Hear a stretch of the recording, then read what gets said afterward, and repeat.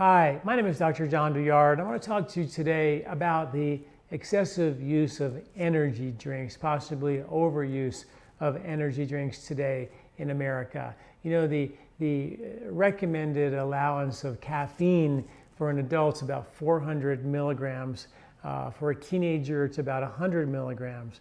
If you look at the energy drinks like Red Bull and Monster, they range from about 80 milligrams of caffeine all the way up to about 240 milligrams. So that's more than twice as much caffeine as a teenager should be allowed to have. And what they know now is that genetically, we're sort of all uniquely different in how we process and dissipate caffeine out of our system. So some kids are just way more vulnerable to the impact of caffeine. And in one study at the Australian Poison Control Center, between the years of 2003 and 2010, they had like 297 calls about emergencies from kids taking energy drinks. So there's a significant issue with kids overdosing on these energy drinks. And what's worse is when they actually combine them with alcohol and other things. It becomes a really dangerous cocktail and something that we should all be more aware of. You know, here at LifeSpa, we're all about proving ancient wisdom with modern science, right? We take ancient principles of medicine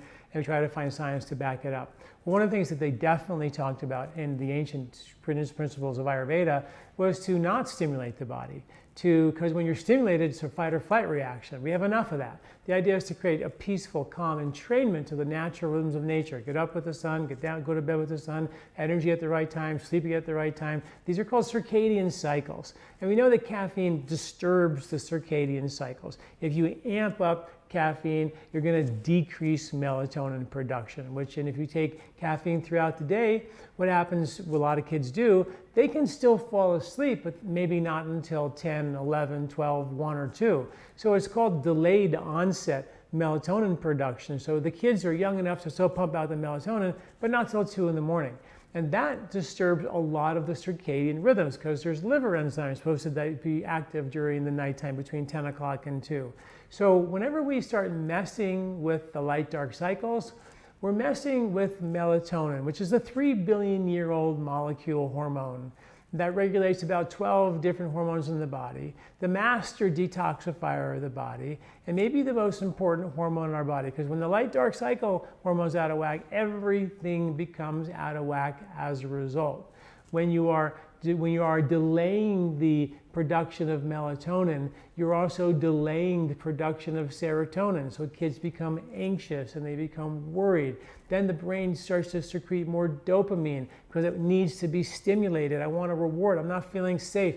Low serotonin means you're not safe. And when that happens, you create more dopamine. Now I want more food, I overeat, or I want more stimulation, I do something stupid. Or with a combination of low melatonin or delayed melatonin and increased sex hormones, which also happens, then the kids become overly sexual, overly active in sexual desire, overly desiring food, and we just want to crave stuff. That's what happens. That's the chemistry. So it's sort of a dangerous road to hoe when we live on stimulants all day long, and then we hope that our melatonin will suppress it and get us to sleep at night on demand. It doesn't really work that way. We can't stimulate ourselves all day long and then to have the body somehow automatically flip back into a natural rhythm of sleeping at the right time, which is a dangerous thing for kids to be up so late all the time. And so something that I've talked a lot about, and definitely we have a podcast coming out about technology in kids, which is really important about understanding what that does to them as well. So please, when you are looking at these energy drinks or caffeinated beverages, you know, a little bit of caffeine in the morning maybe is fine. However, later on in the afternoon will delay the melatonin production. That's a risk you don't want to take long term. All right, thanks for listening. I'm Dr. John Douillard. Hi, did you like this video? Do you like our content here at LifeSpa? You can subscribe to our YouTube channel at youtube.com/John Douillard right here and get this valuable content every week in your inbox. This recording is brought to you by LifeSpa, where ancient Ayurvedic wisdom meets modern science. Get access to free health video newsletters by Dr. John at lifespa.com. These statements have not been evaluated by the FDA. These products are not intended to diagnose, treat, cure, or prevent any disease.